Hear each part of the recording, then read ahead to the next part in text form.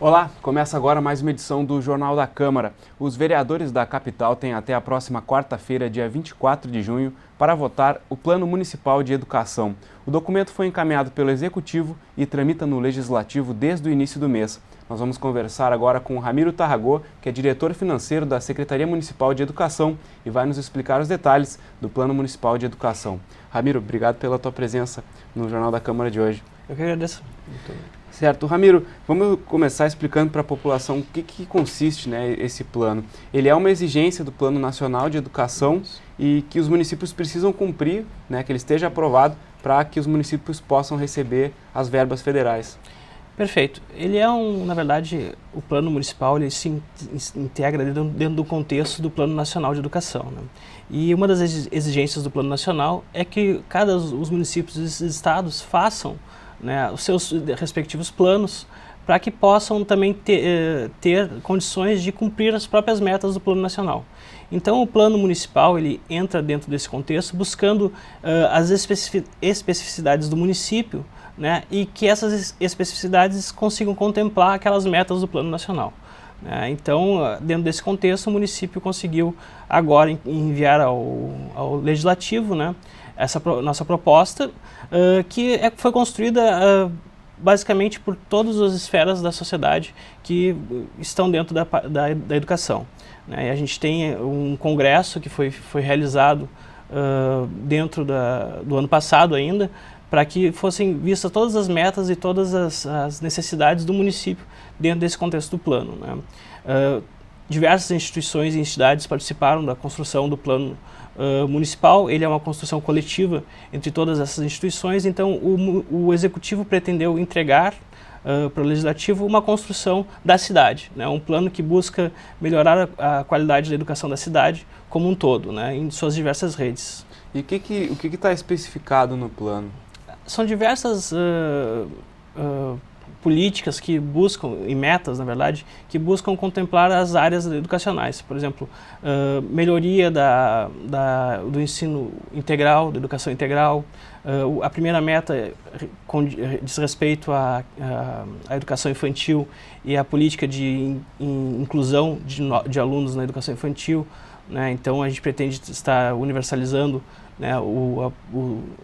de 4 a 5 anos e 11 meses e tentar pelo menos colocar 50% do déficit de vagas no 0 a 3 anos. Então, várias políticas de ação no contexto nacional estão sendo postas dentro do plano para que também tenham prazos e metas a serem cumpridas. São diversos avanços também na área da educação especial, na área da inclusão.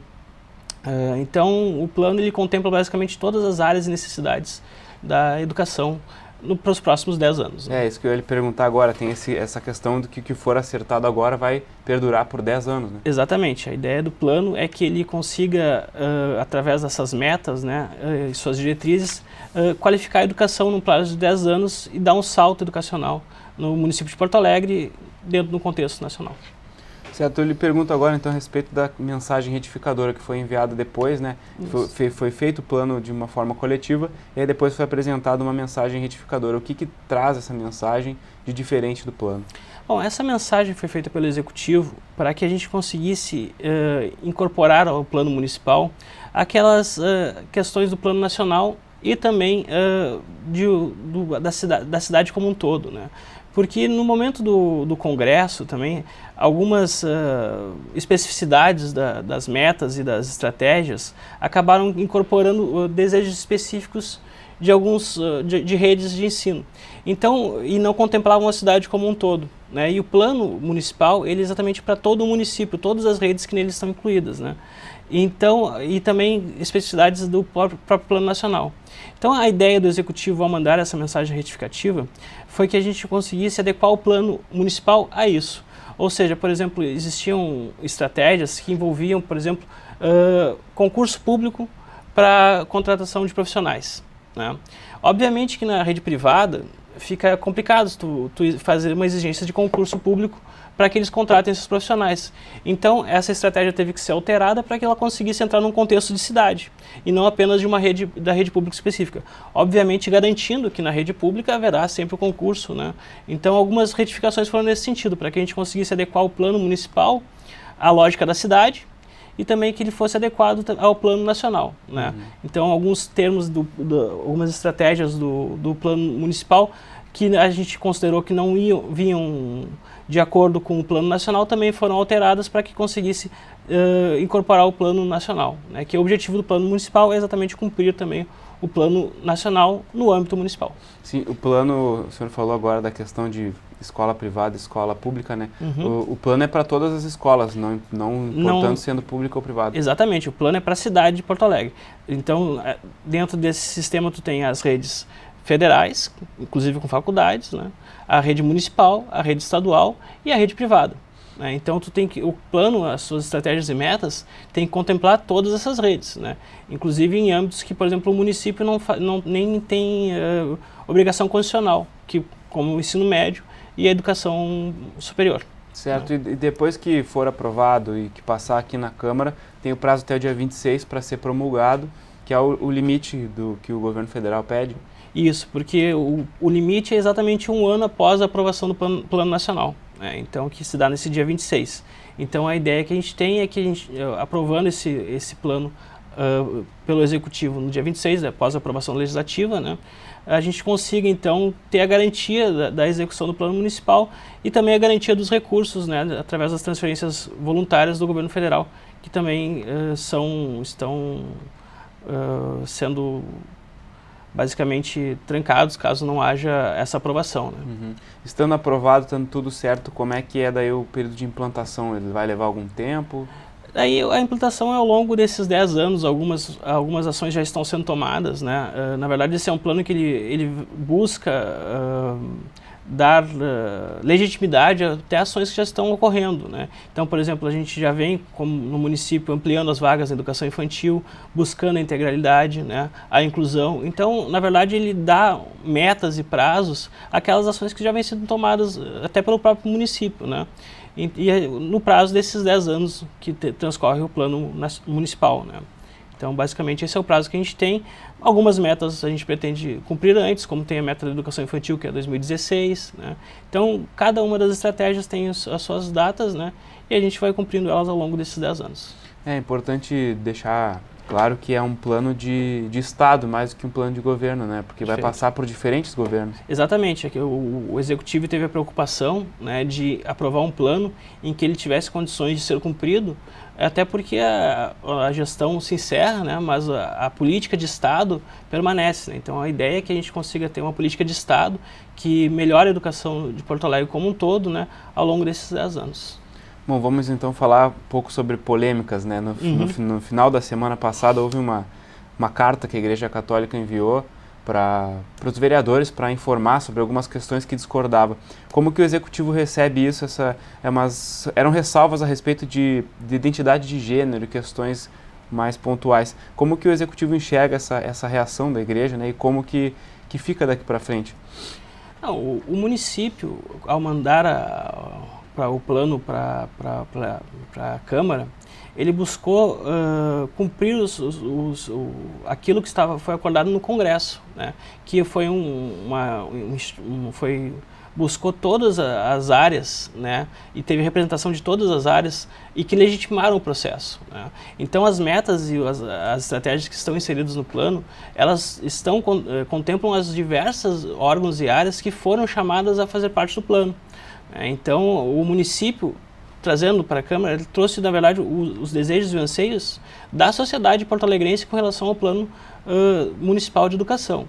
Obviamente que questões mais polêmicas podem ser tratadas no Legislativo, mas o Executivo buscou basicamente ouvir os anseios da sociedade e trazer o plano para a Câmara, né? Agora, questões mais afeitas ao processo legislativo, né, que são mensagens da igreja e tudo mais, a gente não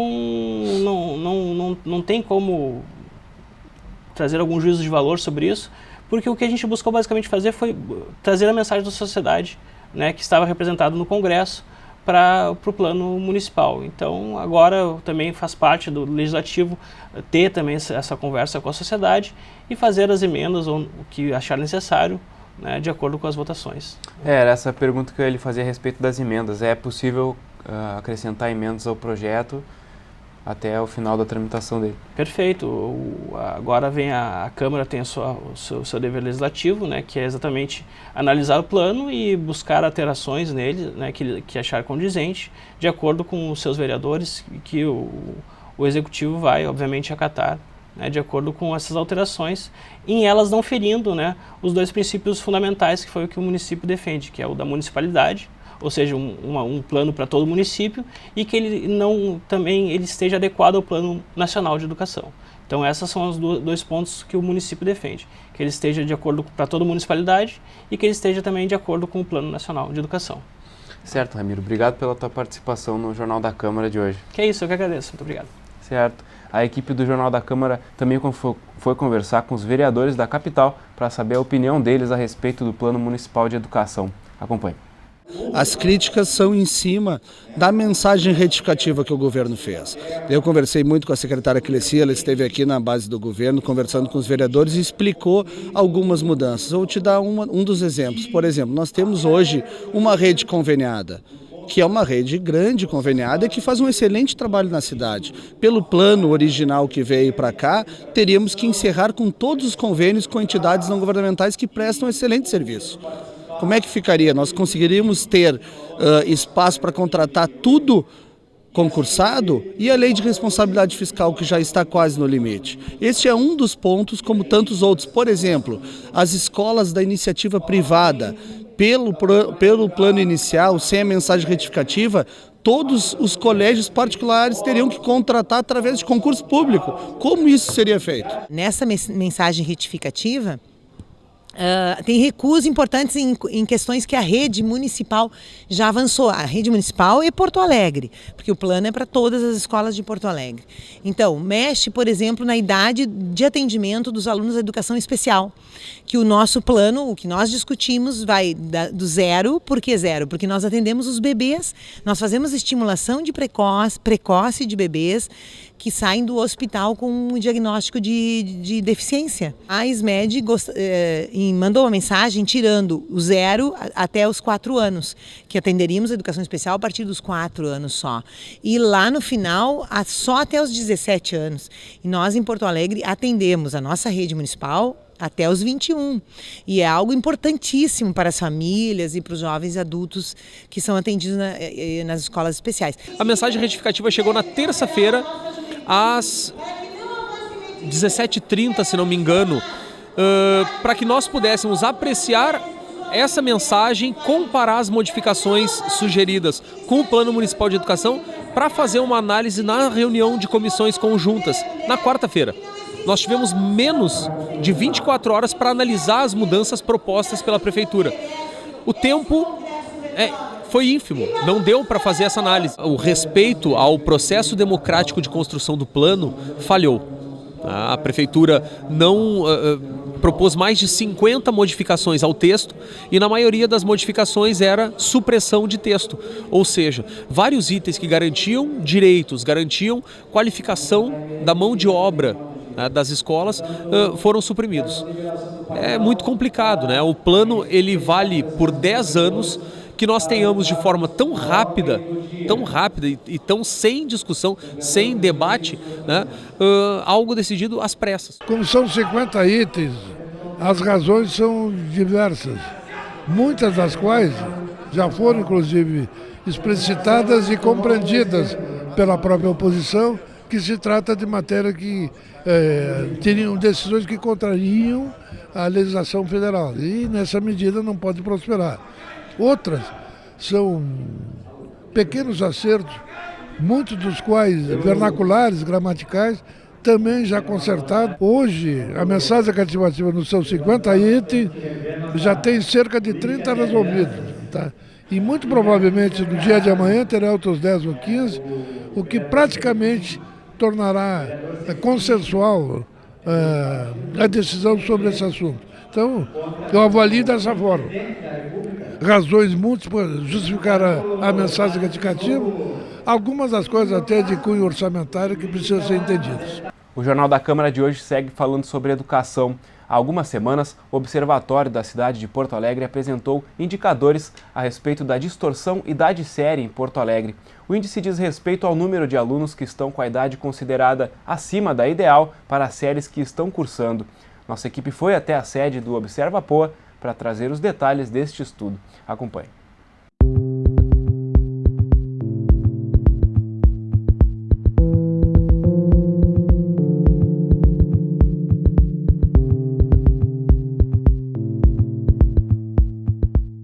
Vamos conversar agora então com o Rodrigo Rangel, que é sociólogo do Observapoa, que vai nos explicar detalhes sobre estes indicadores de distorção idade-série aqui em Porto Alegre.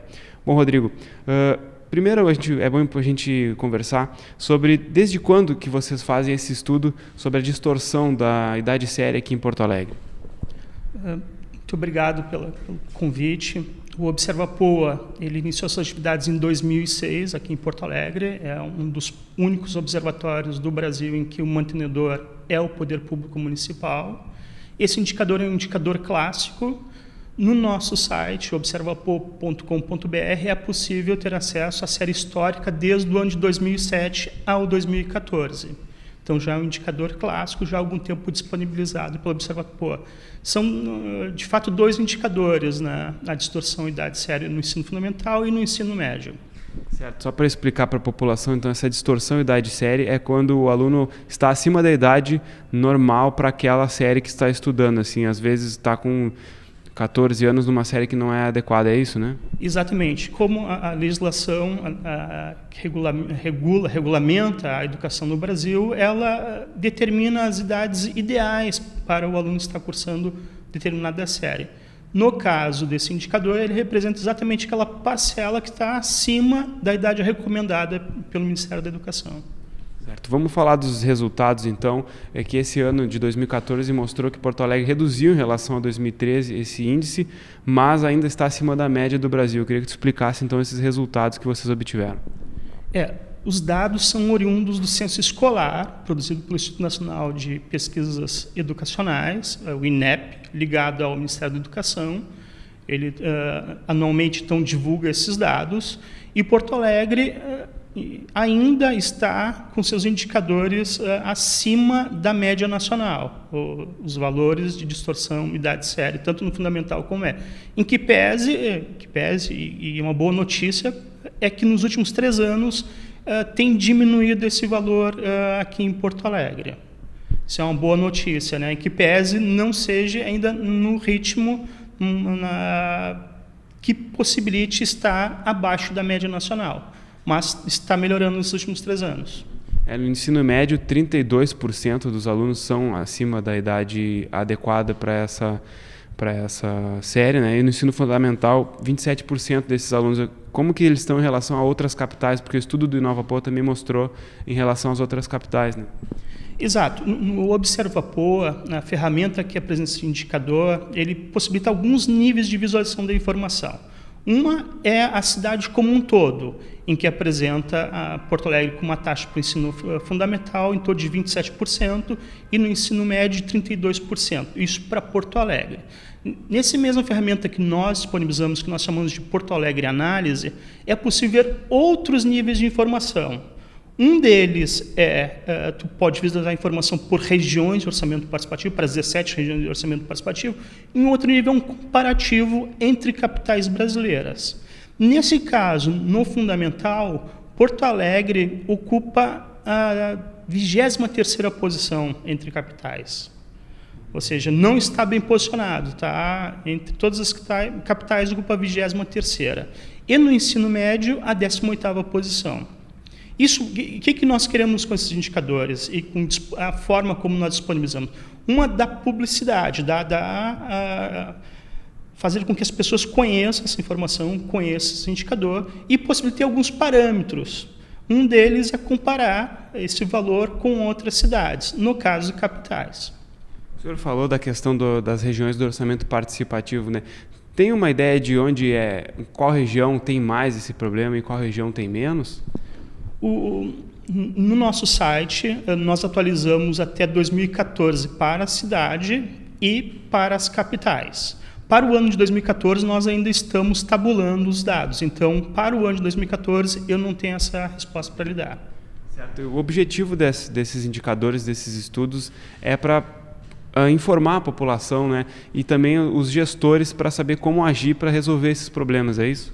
Exatamente. Essa divulgação de informações, ela está alinhada com o objetivo do observatório. O Observapoa tem como objetivo disseminar e publicizar informações sobre a cidade para que a população se aproprie dessas informações e, por meio da sua rede de participação, possa solicitar, quem sabe num orçamento participativo, uma melhoria nesse caso. Por exemplo, não seria o caso de implementar uma política que diminuísse a evasão e o abandono escolar. Isso a sociedade, tendo em posse essas informações, pode auxiliar uma tomada de decisão. Nesta semana, a Comissão de Direitos Humanos da Câmara Municipal vai promover um debate sobre a situação dos moradores de rua da capital. É hora de conferir a agenda das comissões permanentes.